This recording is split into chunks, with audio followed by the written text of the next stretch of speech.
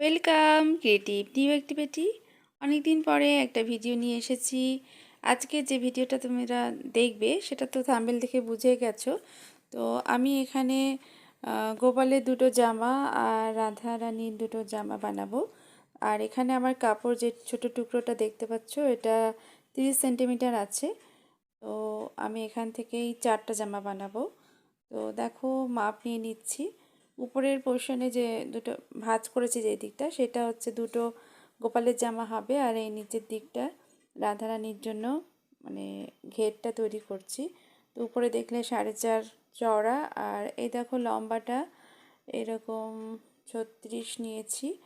আর বাদবাকি যে কাপড়টা আছে এটা 2.5 হাতের লম্বা ছিল চওড়াটা। তো আমি বাদবাকিটা কেটে ফেললাম। তারপরে দেখো আমি এই যে কাটার পরেই এই যে ধারগুলো সেলাই করে নিচ্ছি, কারণ বেশিক্ষণ মানে কাটা অবস্থায় থাকলে সুতো বেরিয়ে যাচ্ছে। তো আর সেলাই তো করতেই হবে এই ধারগুলো, তো আমি সেই জন্য এটা করে নিয়েছি। তা আমি এভাবেই আমার গোপালের জামা আর রাধারানীর জামা যেভাবে বানাই সেটাই তোমাদের দেখাচ্ছি। তো এরপরে আমি এটাকে কেটে নিলাম। তো বললামই তো প্রথমে যে দুটো গোপালের জামার ঘের তৈরি করছি আর একটা রাধারানী। তো সেইভাবেই আমি কেটে নিয়েছি। তো এই যে আগে সেলাই করা ছিল আর মাঝখানেরটা এক ধার সেলাই করে নিব আমি, নিচটা মুড়ে নিব। তো এভাবে 3টে রেডি হয়ে গেল ঘের। আর যে বাকি কাপড়টা ছিল সেই কাপড়টা এভাবে আধা আধি করে নিলাম, আধা আধি করে এটাকে কেটে নিয়েছি। এটা খুব বেশি লম্বা ছিল না, তো সেজন্য আমি এখানে একটু অন্য কাপড় জোড়া দিব। তো সেজন্য এই কাপড়ের যে চওড়াটা ছিল সেই অনুযায়ী একটা এই কালারের সঙ্গে ম্যাচ করে এরকম একটা কাপড় নিয়ে নিয়েছি। তারপরে এটাকে কেটে নিলাম। দেখতে পাচ্ছ এখানে এক কালারের রানী কালারের একটা কাপড় নিয়েছি। তো এবার এটাকে জোড়া দিব।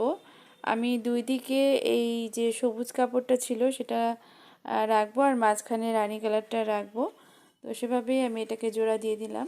তো জোড়া দেওয়ার জন্য আমি দেখো এভাবে ধরেছিলাম, একটা ছোট করে নিয়েছি একটু বড় করে, তারপর এটাকে মুড়ে দিয়ে এভাবে জোড়া দিয়ে নিয়েছি।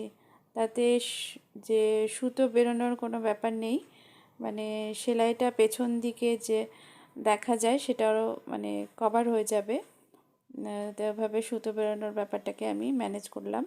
তারপরে এই যে দুই ধারটা আমি এভাবে মুড়ে দিব। এটা রাধারানীর জামা হবে, তো নিচের ঘেরটা তো আমি এভাবে দুই দিক মুড়ে দিলাম, আর নিচেরটা তো মুড়ে দিতেই হবে। তো এভাবে আমি মুড়ে নিয়েছি। আর আমি যে উপরের যে জামাটা বানাবো সেজন্য আমি এইভাবে কাপড়টা কেটে নিয়েছি। তো তোমাদেরকে দেখাচ্ছি, এইভাবে একটা লাইলিন নিচে লাগিয়ে নিতে হবে। তারপরে লাইলিনটা আর যে ভেতরের কাপড়টা আছে সেটা কিভাবে বসিয়ে আমি এই যেখানে মাঝামাঝি করে ভাঁজ করে নেওয়ার পরে এরকম একটু বড় করে মানে মাঝখানেরও একটু বড় করে কেটে নিয়ে আমি এটাকে চারিদিকে সেলাই করে নেব। এই দেখো সেলাইটা এরকম হয়েছে। তারপরে আমি এই যে সেলাইয়ের মাঝখানটা দেখতে পাচ্ছ সেই বরাবর আমি এই যে কাঁচি দিয়ে এভাবে কেটে নিচ্ছি, যাতে আমার এটা উল্টো করে দিলেই মানে এই কাপড়টা যদি আমি ঘুরিয়ে দিই তাহলে এটা লাইনিংটা নিচে চলে যাবে। আর এটা এটা দেখো এই যে পিন লাগিয়েছিলাম যাতে এটা সরে না যায়, আর এইভাবে আমি এটাকে ঘুরিয়ে নিলাম। তাহলে এই যে উপরেরটা চলে আসলো। তো এভাবে আমি এটাকে সুন্দর করে ধার বরাবর সেলাই করে নিয়েছি।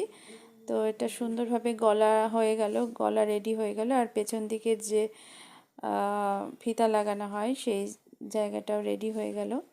তো আমি এটাকে এভাবে ভাঁজ করে নিয়ে এটার হাতাটা কেটে নিব। গলা তো রেডি হয়ে গেল, এবার হাতাটা মোটামুটি আমি 1 ইঞ্চি মতো ফিতা দিয়ে মেপে নিয়ে, তো এটা দেখো মোটামুটি 4 ইঞ্চি মতো হয়েছে মনে হয়। আর এভাবে আমি এই গলার মানে বগলটা আমি কেটে নিলাম, যেমনভাবে ব্লাউজের বা জামার মানে বগল কাটা হয় ঠিক সেভাবে এটাকে কেটে নিয়েছি। তো এই দেখো এই সাইডটাও এভাবে একটু হালকাভাবে কেটে নিলাম। তো দেখো এইরকম নিচে লাইলিনটা এভাবে সেট হয়ে গেছে আর এই যে রেডি হয়ে গেছে এরকমভাবে।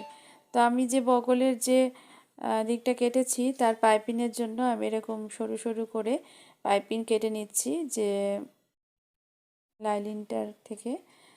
তো তারপরে আমি এটাকে বগলের যে পাইপিং হিসেবে কাজে লাগাবো।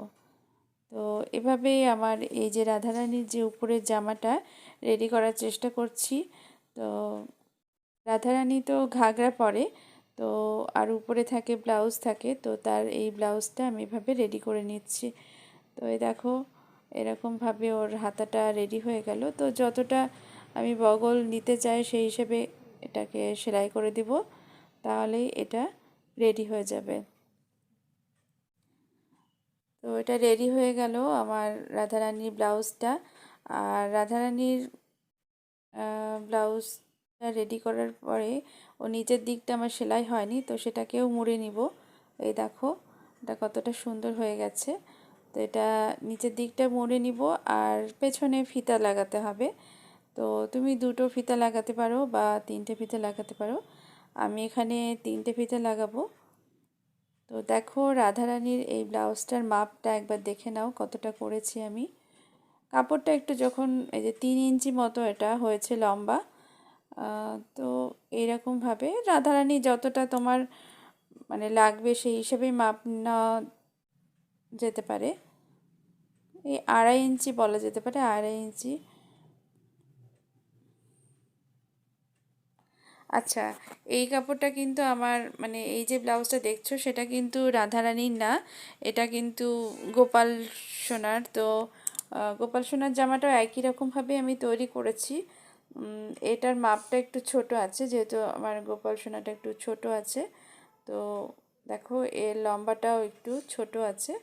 তো সেই মাপ অনুযায়ী তোমরা করে নিবে, কারণ কারো গোপাল বড় কারো ছোট এরকম হয়, রাধারানী বড় ছোট এরকম হয়। তো আমি এই মাপে মোটামুটি ছোট মাপেরই ছিল গোপালটা, আর রাধারানী একটু সাইজে বড় আছে। আর নিচের ঘেরের জন্য যে কুচিগুলো হয় সেই কুচিটাকে আমি এভাবে তৈরি করে নিই, খুব কাছাকাছি থাকে কুচিগুলো। তো এইভাবে রেডি করে নেব ওই ঘেরটা। তো দুটো দুটো বা চারটে জামা যেটাই হবে সবগুলোর ঘের এভাবে রেডি করে নিয়েছি। আর উপরের জামাটা তো দেখলেই। তো এখানে যে দেখছো যে ঘেরটা সেটা হচ্ছে গোপালের, আর উপরের যে জামাটা বানিয়েছিলাম সেই ঘেরটার সঙ্গে গোপালের জামাটা সেট করে নিলাম। আর এটা রাধারানীর আলাদা ব্লাউজ, তো সেটাকে আমি 3টে ফিতা দিয়ে লাগিয়ে নিয়েছি, এভাবে রেডি করে নিয়েছি। তো এভাবে 3টে ফিতা আমি লাগিয়েছি যাতে ফিটিংসটা ভালো হয়, পরলে পরে দেখতে ভালো লাগে। তো এভাবে তৈরি করে নিতে পারো। আমি এখানে ব্লাউজে লাইলিন ব্যবহার করেছি, কিন্তু ঘেরে ব্লাউজ কোনো লাইলিন ব্যবহার করিনি। তো তোমাদের যদি মনে হয় করতে পারো। এরপর আমি যে নিচের যে ঘেরটা বানিয়েছি সেটাকে এরকমভাবে যে একটা কাপড় কেটে নিয়েছি সরু, মানে মোটামুটি 1 ইঞ্চি মতো চওড়া, আর লম্বাটা একটু বেশি নিয়েছি।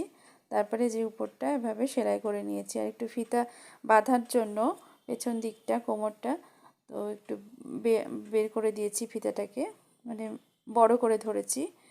তো এভাবে আমি সেলাই করে নিয়েছি। আর এই যে ঘাগরাটার পেছন দিকটাকেও আমি এভাবে সেলাই করে দিয়েছি যাতে দেখতে ভালো লাগে। তো এভাবেই আমার রাধারানীর জামা রেডি হয়ে গেল। আর গোপালের জামাও একই রকমভাবে দেখলে রেডি করে ফেলেছি। তো এভাবেই আমি রাধারানীর আরেকটা জামা বানিয়েছি, যেটা হচ্ছে ওই যে তোমাদের যে দেখালাম কুচির দিকটা রানী কালার, তো সেইটার সঙ্গে এই জামাটা সুন্দরভাবে ম্যাচ হয়ে গেছে। তো এভাবে একটু ছোট কাপড় হলে অন্য কাপড়ের সঙ্গে একটু ম্যাচিং কালার মানে করে নিয়ে রাধারানীর জামাটাও রেডি হয়ে গেল। আর এভাবে আমার যে 30 সেন্টিমিটারের কাপড়টা নিয়েছিলাম তা দিয়েই আমি 4টা জামা রেডি করে ফেলেছি।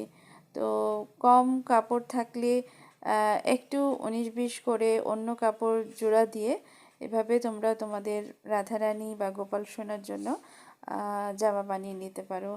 তো আমি তোমাদেরকে শর্ট ভিডিওতে বিভিন্ন রকম ডিজাইন তোমাদের দেখাই।